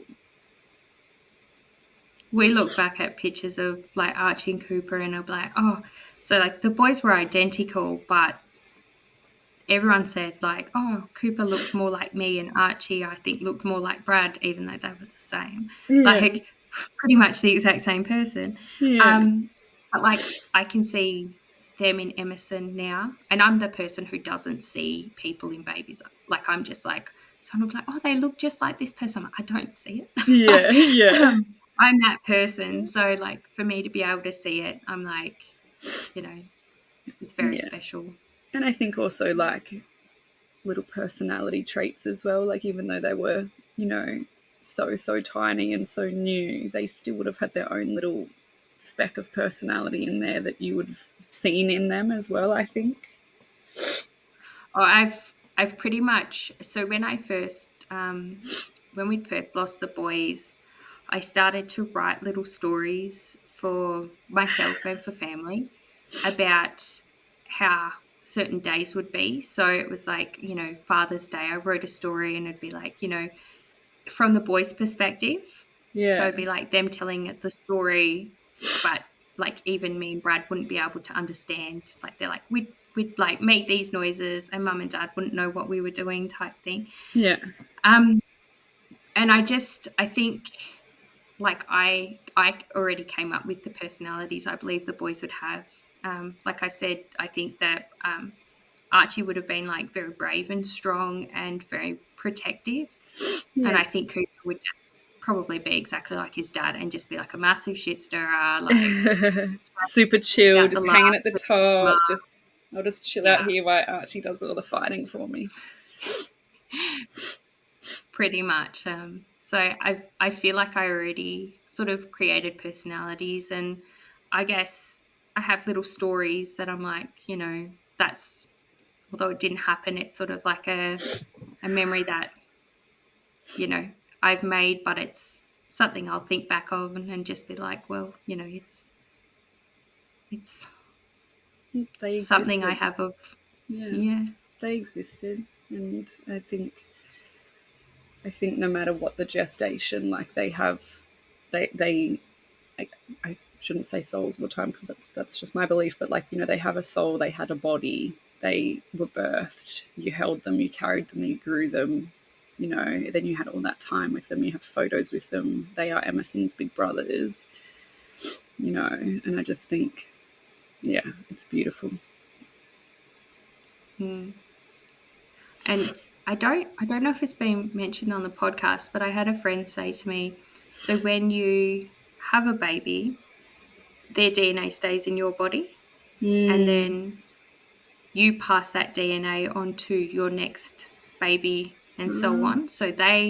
So for example, Emerson will have Archie and Cooper's DNA in her body because it was already in mine. wow. So it's I've like every child you have after loss will have Wow, their I love sibling, that. a part of their sibling. So I've seen the it gets sent to me all the time on social media, which is like a big blurb about the DNA of the child being part of the mum, and like even if you have like an injury, that baby's DNA goes to that part of your body to heal you, so your baby continues to heal you for years after, forever, I believe. And so if I find it, I'll send it to you. I think it's the same thing, but I haven't heard or I didn't know that it then goes through to the next children, which makes sense, I guess. yeah, well, that's what I've been told. I haven't got scientific backing or Yeah. anything, but Hey, let's be yeah, honest, I these have been podcasts never told. have much backing besides what we just talk ourselves. It's like, yeah, I think it was called this and it was something like this. Plus, I mean, if it makes you feel better and you want to believe it, then Yeah, go for it. absolutely. Yeah. Yeah, I it's mean, more healing. even the part that we just carried them, I mean, whether part of their DNA stays in us or not, they were in us. And I think that's fucking magical within itself. Yeah, I mean, pregnancy is a crazy thing. Like, I mean, pre-loss, I was like, I can't imagine how this has happened. Like, it's just so bizarre that we're able to do that. Mm. Um, Mm. and then loss sort of makes you feel a bit shitty about that feeling because you're like, well, don't know why this happens. Mm-hmm. And then, yeah, but it's so crazy what the body can do. And I'll take Mm. anything that reminds me or connects me to my boys. I'll take it. What do you have any like traditions or anything that you do for the boys, or do you have anything done with their ashes or anything like that? I don't have anything done with their ashes. I can't part with them. Um, Mm. so I've already told my partner that if he's alive when I die, I get mixed with them. I don't care Mm. what happens after that. If he wants to hold on to us, he can. Otherwise, if he passes away and he wants to be included, then we can just be scattered together. Yeah. Um, but basically, as I'm not you scattering know, millies either, by the way. I can't do it. I'm like, I Yeah. need to be with them always, and Yeah. they can be scattered when I'm with them. Mm-hmm. So yeah, that won't happen. I don't. I guess for their birthdays, I always make them a birthday cake, and I try to do something for their birthdays. So I made a like a. So you know how for first birthdays they have like milestone boards. Well, I didn't Oh yeah. obviously do much for their first birth, like or have the ability to do much for their first birthday, but for their second one, I created a milestone board. Yeah. But I instead of putting, how many teeth do I have, and I can walk and talk and all that stuff, Mm. I put things like what we would do if we were here and some of our friends, and I put friends that I've met who also have babies in the stars. I put their babies' names down and Mm. That's so like nice.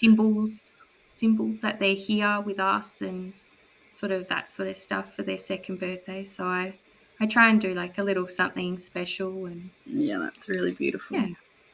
I love how much like I feel like the thing I take from you the most on here is that like rather than like living in what was lost, like you seem to talk about where they would be now, like the age they would be at, and I'd like to try to think of that as well. Like I'm struggling at the moment redoing Millie's room, but I'm like it's her first birthday next week, and she would probably be getting a fresh room anyway, coming into a big 1 year old, because obviously there's the guilt of changing her room. But it is also wild to think that it's been a year and her room is still exactly the same. It's kind of crazy. There's no right or wrong, I guess, but yeah, like so I always think of her growing and her growing with us, and that's what you were saying before. Like you'd write little things about what they would be doing or what mischief they'd be getting up to or what things they'd be saying, and I love that. Yeah, I guess yeah, I want to imagine a future where they are here. And for me, being, I guess, never seeing them or thinking of them growing, that sort of doesn't allow me to do that. So, yeah, I like to think like, what would they do? I can be sitting on the couch, and I used to think, I reckon they would like, one would be like, I'd be holding Emerson as a baby, and I'd be like, one would be like over one shoulder, and one would be on the other side, like trying to look in. And like, I Mm-hmm. just, yeah, always try and imagine like what life would be like if they were here with us Yeah, as well. So, yeah. yeah, I'd like I to sort I of, did. I guess, close my eyes, Yeah, I did. The other picture night, what I it was would just be. like, I just leant down at the oven to pull out like a tray, and it was super hot, and the dog came over, and I was like, Zay, it's hot. And like for this minute, I pictured that being Milli, because I'd be like, she'd be totally walking over, or at least stumbling to walk over right now. And so often I do that, and makes me, I'm still in a stage where it just makes me really sad, but I'm sure as time goes on, those things will make me smile. Like, I put on my story the other day, I was at Bunnings, and we were just watching the paint turn for their house, and I was like, I just imagined her like maybe having a meltdown and having a tantrum, but also being like, look, really, like getting her to be distracted by the paint at Bunnings. And so it's like, yeah, I constantly am thinking of what she'd be doing if she was here. Yeah, I don't think it'll ever not hurt, because it is something that you've lost and you won't get, even if you do have more living children. But for me, I find a little bit of comfort in it, because I'm like, well, that's how it would have been. And I'm sort of like, I don't know. I'm like, if there's like a alternate universe somewhere where there is me and the boys somewhere, I'm like, that's what's happening. So there's another version of me that is getting what I don't get. That's So I cool. kind of think of it like that as well. And I'm like, maybe there's a me that gets to parent my boys somewhere. And You should read that book yeah. that I mentioned at the beginning of the potty, the Midnight Library. That's pretty much what she talks about. It's pretty cool. Like, yeah, that All alter right. like Oh, other, like having like having different worlds, and yeah, it's pretty cool. A bit different. yeah, I'll have I to think read I it. think you'll really like it. It's exactly what you were just saying. Like, yeah, in a parallel universe, you're living another life, and they're there. But I guess, and this is the really cool part of the book is that yes, in another universe, like you will have the twins, but in that universe where you've got them, you might lose your husband, or you might lose your parents, or you might lose somebody that's close with you. And that's what the point of her book is that like we choose different paths, but somewhere along that path there is going to be some kind of pain or some kind of something. Like in hers, her brother's a drug addict and dies, or in another parallel, he doesn't talk to her, he doesn't love her, and in another one, he is there and he's still her best friend, but she loses something else. And so it's just this really magical way that she wraps it up of like what path you've chosen is where you are, and you can wish it was the other one. Like we could wish it was the one where Millie lived, but what else would have happened in that? Yeah, it's Yeah. pretty cool. And you don't get the book until right, like I was kind of reading it like, where is this going? And then right at the end you're like, oh, okay, I get it. But you'll It's like one it. of those you've got to read it to the end Yeah, to fully grasp it. the Midnight Library. Well, I will do my best to remember that. I'll send you a photo. I've got your number. Okay, sounds good. It has been an absolute pleasure to have you on.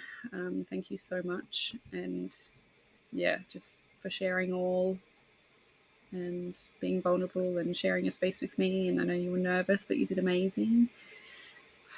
Thank you for having me. And yeah, I've enjoyed being able to talk about my boys. And yeah, it's been nice. Sorry to just keep adding, No, go for it. Go for it. sort of probably in the year after losing the boys, I felt everything I did to try to honour them or to just do for them just really failed miserably. Like, for an example, I brought matching Christmas clothing for me, my partner who refuses to dress the same. So I won that one. Mm, My daughter, and I've got two teddy bears that I now dress up as for family photos to represent the boys. cute. And so all matching, I'd ordered them all together. I'd ordered them in August. And it got to November and I still hadn't got them all. So I sort of flagged it, and basically one of the shirts for one of the boys just never showed up. So I didn't have the full set, and I had Mm, to go and find somewhere else that had the same one. And I explained the situation, but the company did not really care. mm, Um, so it was just like that was just felt really heartbreaking at the time. And I'd ordered a shelf thing to put the boys' stuff on, and I went to pick it up and I was so excited, and the lady at the post office was just so mean and just horrible to me, and I just like literally wanted to cry when I left. Like I was just like, why does this keep happening every time I do something for the boys? Yeah. So yeah, this is nice because I get to do something for the boys and it hasn't just not worked. So Aww. yeah, it's I'm been so good glad. for me to know that I can do something and it's not been, I guess, tainted by something or Yeah. someone. Oh, I'm so glad and I'm so grateful. And sometimes the podcasts do just fizzle out, they don't work, the Wi-Fi cuts off. So I feel like Archie and Cooper were like, nope, my mum is making this work today. They were He definitely needs here. this. Yeah. Oh, I'm so glad. I'm so glad. Yeah. You keep doing things for your boys, and I'd love to see photos of Emerson as well. Yes. Or just another one. So I've been a part of a group of mums who have been making memory boxes and miscarriage packs for hospitals. Yeah. And we recently just had a memory box day, and I got to make candles. And I made some candles in honor of Archie and Cooper, and it felt really nice to do that as well. It was just like just having Yeah. their name on Yeah. something and hopefully helping someone in their grief as well would be I think it's lovely, and really I think nice. also it, like, as I know with our Precious Wings box we got from the hospital, it has the name of the baby in there, and I think part of it is just kind of like you've just lost your baby, you think that you are the only person in the world going through this, and then to open up a box or something with another child's name, you're like, oh, somebody's been through this before me, and I think that's Yeah, I'm not alone. yeah, I think that's the even though you don't want anyone to ever go through it, but you're like, holy shit, like this is happening, but also this person is, and then also it's like inspirational to go like, well, that person lost their child, but they now make memory boxes. They now do things in honor of their child. Like, okay, like there is light. Mm. There is light at the end of this really horrific tunnel. I struggled a lot when I first lost the boys. I didn't have anyone like anyone I felt that I could go to. I felt like my situation was so isolated compared to others, and I was like, I don't know who to relate to. I don't know who I can talk to, and I really just kind of yearned for, and like it sounds horrible, but I'm a mum who knew what I was going through, someone who'd been Mm, through something similar. And it took me a while before I did find people, but I remember I found like Instagram accounts, and it was actually Heart of Harper. I yeah, found her account, and it just I was like, although different, I was like, she had to make a really tough decision, and it kind of made me feel like I wasn't alone in the sense that I felt that I too had to make a really tough decision. So it was like finding people who I could relate to really helped with my, I guess, healing in a sense. yeah, And like now I'm friends with so many mums who, you know, are the same or similar as me, and we talk about, we can just catch up and we talk about our kids like they're here, like mm. it feels like a normal thing, just to Do you talk feel about like you your. connect with more ones that have lost twins, or even if they're like, is that as common as or not? I don't know too many that have lost twins, but yeah, I have spoken to some, like not in depth, but yeah, I do think for me it would be definitely having twin, like mamas who have lost their twins as well, Mm, would be helpful, because I feel like I know on like your podcast you've said you have not been triggered by babies. So when I found out I was pregnant with my boys, my sister-in-law was actually pregnant as well, and so was my cousin, who I'm really close with. and we were all due 2 weeks apart. So I was due first, followed by my cousin, I think, and then it was my sister-in-law. So Mm. we were all like so close. So when I had lost the boys, I was like, in a few months, there's going to be babies, Mm. and I was like, I don't want to push those babies away. Like I want to love them. And I was like, I sort of said to myself, like, I am going to just accept it. And I did. And like at first, I remember first holding my cousin's son, I was like, oh shit, like, what do I do? Mm. And but after a little bit, I was like, no, I love him. Like, he's the same age as Archie and Cooper. And, you know, I'm going to look at him and be like, oh, you guys would have been best buddies. Like, Yeah. so I kind of like took away from that. Like, I want to love everyone's babies, basically. Mm. So I really pushed to not be affected. But then I was in Pilates one day and I heard a lady say that she was expecting twins and it was her first pregnancy. And I was like, oh, get me out of this room. I can't be Yeah. here. And so I think I've gotten better with it, but it's always been twins that have been sort of my trigger. Yeah. And I'm just like, why do they pop up at the worst time? Like, I'll be feeling really shitty and I just see someone walk past with twins and I'm like, really? Like, Mm. but I also feel so much joy for people who do have their babies. Like, I'm like, I'm so happy you, touch wood, haven't gone through what I've gone through and you Yeah. get to hold your babies. But yeah, for a bit, I was like, twins was my trigger. And it's so crazy. And Like, I think I said it in one of the episodes. Like the other week, I went to IKEA with Crystal, Whitaker's mum. And we got yeah, in the lift, and there was like 4 people in there with all with babies, and I was the only one there. And I was like, oh, I got out, and we kind of laughed. And she's like, I don't know how you do that. And I was like, I said, we don't know what each of those people have gone through. You know, and she's like, oh, I never think of that. Like, so when you're seeing somebody walk with twins, like they might have lost a baby before the twins or might have lost one after. And I went for a walk with a girl a couple of months ago. I'd met her through one of the Central Coast Connect baby loss groups. So she birthed twins, and the next day she lost her little girl. So her little boy survived and her little girl died. And unexplained, I guess they would call it SIDS. It was a home birth. And when I went for this walk with her, she said, like, she's obviously so grateful that she has her little boy, but she said, like, people just see me and think I'm the mum of a single baby, but I'm not. I'm a mother of twins, but my other daughter, my other child isn't here.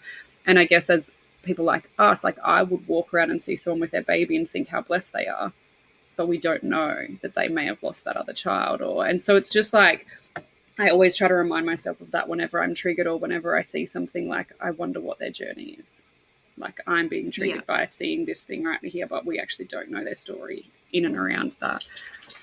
And so I guess that's just another complexity of twins, you know, when she birthed 2 full-term healthy babies and then lost one the next day. And then there was another girl in the same group who was also pregnant with twins, and she lost one.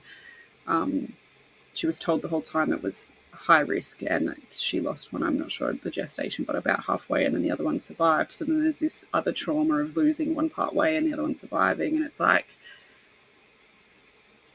just so much. yeah. And I guess being different, but sort of when we had the boys, we kind of, as much as we would have loved them to be here, we sort of take comfort that they're together, like they have each other. Yeah. So it's, yeah, I mean, I was in the NICU with Emerson, and there was a lady, and she had a baby in there as well. Like, she was with her baby, and it was pretty terrible timing and shitty from the nurse that came up. But the nurse was like, "Oh, where's her sister?" Oh. And she was like, "She died." And I was just sitting there, and I was like, "Oh, oh, come on, we need to work on our language because this lady, her daughter is still in the NICU and she's lost a daughter. She'd be going through hell still. And that's the last thing that anyone Where's her needs. Like, sister? Mm. yeah. And I remember I heard that and I was like, oh, that hurt me. I was like, just Mm. listening to that. And then, also thinking like that woman wouldn't know that you sitting there had only 12 months earlier lost your twins. Yeah. Like, I you, kind of did want to speak to her, but yeah. I was like, I won't. Like, I didn't because I was like, I just don't know what to say. But yeah, it was. Did her little baby make Yeah. it? I'm not sure, but I think her baby was getting close for release. So I think it must have been quite an early. Um, she. So with the King Eddies, I'm not sure if it's the same everywhere, but they have like I think it's 5 different special care nurseries, Yeah, and okay. basically as your child progresses, or a spot opens up, your baby, if they're healthy enough, they'll move up. Yeah, And gotcha. basically, the plan is that you will start in the worst and you will get to the one where they're like, your baby's going to be released any minute now. Yeah, And she was in the third one with us, but beds weren't really opening up either. So okay. I think, I think that, well, I hope her daughter survived. And based on what I could see, she looked like she was um, healthy in Yeah. the sense that she was getting bigger and like she was, I would say, getting close to sort of Emerson's size. So she wasn't super prem or anything by that stage. We But actually had once again, you don't know. yeah, I mean, Millie was 3'4", so she was 3.4 kilos, and like everyone, all the doctors that would come in, like, oh, she's a big girl because she was in NICU, and like everyone around us was just tiny babies, and it was like, why is this girl so big? She should be healthy and she should be fine. But they had a similar thing at the Marta because it was like the super premie up one end, and then it kind of worked their way up. So we were in the last room, even though now we obviously know that Millie was going to pass away, but she was, yeah, in that kind of last room where the rest of the babies were kind of going home from there. I actually had a girl reach out to me a couple of weeks ago on Instagram, and she's like, hey, I just wanted to let you know. Darcy, can you close the door? I can just hear you. She reached out to me a couple of weeks ago and she said she was actually in the room at Pindara in the NICU when we got rushed in there with Millie. Like, so she was in there with her little girl, or her little boy, maybe her child. And it just like spun me out to think someone was there, like witnessing all of that. And she was like, oh my gosh, I was just hoping that everything was okay. And like, I don't know, she must have found me through my OB's page or something. But yeah, like a year later, she's reached out to say, like, I was there and I saw this and I watched this. And like, there was nothing bad. It was just more like, I was just hoping you guys were okay, but I kind of knew it wasn't. So yeah, I was just thinking of you then. I'm like, I wonder if you could find that lady just to see if her baby was okay. Like, has she ever checked in at the Yeah, hospital or, because it was just, she yeah, might listen to this bizarre. podcast. Who knows? Yeah, yeah, true, because she lost one. It's crazy. Mm, You're in WA. yeah, Mm. yeah. Yeah, you never know But who yeah, would find it. I do. I'm the same as you. I try to sort of look at people and be like, I don't know what they've gone through. I don't know why. They might be acting a certain way. So it's like just it's not intent, I guess. Yeah, of course. Of But then there's course. something that really shits you when you're like really nice to people and then they're really rude and you're just like, mate, you have no idea. Mhm. Mhm. Just leave. Yeah, I was really rude to the instructor in yoga the other day because she triggered me so hard at the beginning of the class. But I was like, when I say I was rude, I just didn't say anything. Whereas normally I'm like, and I just thought, oh, I just want to say something, but I can't. I'm going to do a post about it on social media because it was, how at the beginning of a class, they like, does anyone have any injuries or is anyone pregnant?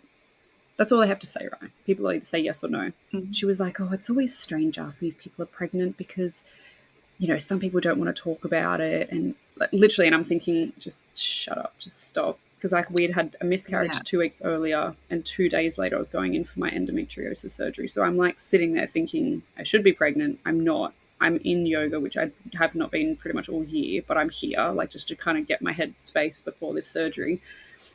And she's like, if anyone doesn't want to tell me they're pregnant, just pretend it's an injury. In pregnancy is like an injury. Like, and I was just thinking, just stop talking. It was like she was digging herself a hole, but she Yeah. didn't know she was digging it. And so then the whole class, and then she sits down, she's like, how is everyone? Is everyone great? And I was like, no. Nah. She was like, oh, well, in an hour you'll be better. And the whole class, I was just like, why would you talk about pregnancy like that? Why would you say it's an injury? Why would you make jokes about it? She's clearly never experienced loss. Then I was thinking about Milli's injuries at birth. Like I spiraled, and I like thought I was going to have a panic Yeah. attack in yoga. And but then at the same time, I was also like, I just need to say something to her at the end and just be like, hey, like, do you have kids? Have you ever experienced loss? At the beginning of a class, like I literally have hardly been here all year. I'm finally back, and you've just made this joke that, yes, maybe I'm sensitive, but you've just triggered me heavily. There's 12 women in this class. How do you know that any of us aren't going through certain things? Like, it just can be a question. If anyone has an injury or if anyone's pregnant, please just let me know. Come talk to me. Put your hand up. Let's get the class started. That's it. Yeah. Oh, I mean, my Pilates, when they do it at the beginning, they're just like, if anyone has an injury or anything we should know about, just let us know. And that's perfect. it. They don't ask Perfect. anything else. No, it shouldn't be a I question. mean, It's you a can tell, state. like, you'll then see pregnant people and they'll go over because some of the classes are pregnancy friendly, and, But most of but they them, don't. we know if we're pregnant at what gestation we need to tell an instructor. Usually, Mm. people, or like we're not silly. We know we fill in the form before we enter the class if we've just joined the gym or whatever it is. Like, I just Yeah. don't think it needs to be, it can be a statement, not a question, and don't Don't keep embellish going it. on Like, about it. don't keep talking Yeah. about it. Like, I was so triggered. Anyway, that was a Well, me thing. I don't think I would have handled that well either. No, and then I I just felt like, what if there's anyone else in this room that's been triggered by that? What's other people's stories? Like, my brain just went everywhere, and I left I worked in mainstream gym for 7 years, and I was in that industry for 9 years. So I'm not unaccustomed to the way that the gyms work and stuff. But when I was first pregnant with Milli, I went and I was like, obviously pregnant. And this instructor was like, okay, so I'm going to do some things different for you. And I was like, thanks. So then throughout the whole class, she was like, okay, if you're pregnant, do it like this. And if you're not pregnant, do it like this. And I was like, oh my God, like if I was in that room and I wasn't pregnant, I would have left. I would have been bawling my eyes out. Like, if you're not pregnant, stretch like this. Or if you're not pregnant, do this exercise. I was like, you can't say that.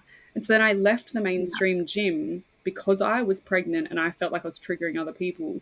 And I went and joined a mums and bubs group in a private Mm. park up here. I don't know. I just like, my brain doesn't just think about me, but it's also like thinks about everyone else in the room and like how other people might be handling that and how I would have handled it. And I'm just like, how are more people not aware of their surroundings? Yeah, it's like I hadn't thought about it like that. But I didn't really attend too many classes when I was pregnant with the boys. I'd been attempting to go to Pilates, but I just hadn't actually committed, and then we'd sort of lost the boys. So I committed after I found out I was pregnant with Emerson, and even then it was like I'd go into the classes and I just like, even if I saw pregnant people, I was like, oh, I wonder if any of you know what I'm going through. Mm, And I used to like, just the drive to get there would just have me so emotional because I'm like, they don't know. mm, None of them know. And it would always be like, even now that I've got Emerson, I drop her off at creche and I'd have like people say, oh, such and such is having her fourth baby. And I was like, I have three. Like, yeah. you see one, but I have three, and like, it's just, yeah, society just, yeah, it doesn't know how to I guess, like, where, you can't say this, you can't say that, but then they don't think about other things that would hurt people. And it's like no issues talking about anything that's positive because that can't hurt anyone. It's like it does Yeah. sometimes. Yeah, that's There are so people true. who can't hear those things. Like for me, when I was in that class and I heard the lady talk about being pregnant with twins, I was like, I just want to go up to her and be like, make sure they check this, make sure they check that. I was like, I'll probably freak her out. And I was like, and to be honest, I just want this class to be over so I can leave. I don't want to be here.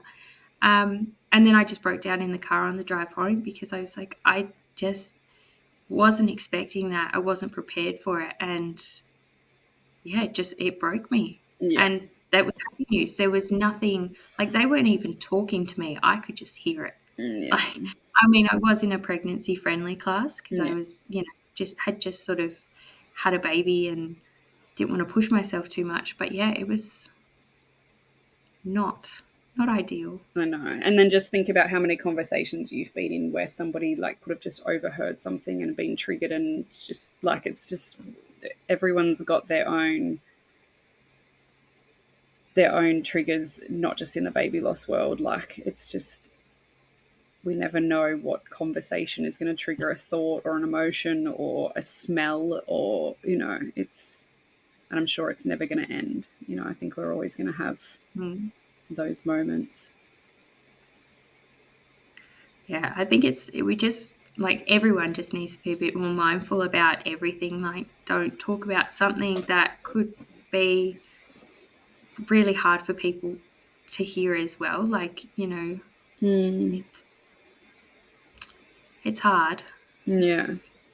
I guess it's also hard as well because so we were at a surf comp, I don't know, must have been the beginning of the year, and we were there watching one of Dylan's friends compete, and then one of another girl came up that we knew that we'd met before, and her partner's name was Dylan, and I know that since we met her, he had died in a motorbike accident. And my partner's name is Dylan. And we were standing there and we were chatting, and I said, "Oh, how are you?" And I said, and she kind of implied that she didn't think I knew what had happened, but I had seen it. And I said, I said I sent you a message, but I'm sure you got lost in all the grief and stuff. I said I understand. People say that they messaged me and I don't remember. And she kind of looked at me like, "What do you mean messaged you about what?" And then I said, "Oh," she goes, "Last time I saw social media," she'd gone off social media, "last time I saw you were pregnant and getting married." And I was like, "Oh, we lost our little girl." And she was like, "What?" Like, couldn't believe it. Anyway, we sat down, we had a beautiful conversation. But then Dylan came up and put his arm around me and was like cuddling me and kissing me and stuff. And I was like, I got really awkward and kind of stepped away because I was like, she must be so triggered by that. Her partner, whose name is Dylan, but also just, a loving partner, has died. And even though we've gone through loss and it's awful, I was cautious of triggering her with Dylan coming up and cuddling me. And so it's like, we never know what's going to trigger somebody. We don't know people's stories all the time. Like I get triggered by people having beautiful parents because I don't have that, but so we never know what we're going to say that's going to trigger someone. Something that I like, that I share all the time on social media is Dylan being funny and loving and kind and all those things. That could be so triggering to somebody who's single or doesn't have that or has an asshole husband, but yet that I'm triggered by babies and all the other things. So I guess what I'm trying to say is that there's no way for us to not trigger people in general. But I think in terms of something like a fitness instructor who's running a class of predominantly women where people go for mental health and physical health and emotional health, that's where you need to be more aware of things like pregnancy, baby loss, injury, whatever it might be. Those places we definitely have control over saying things that could be offensive. Yeah, definitely.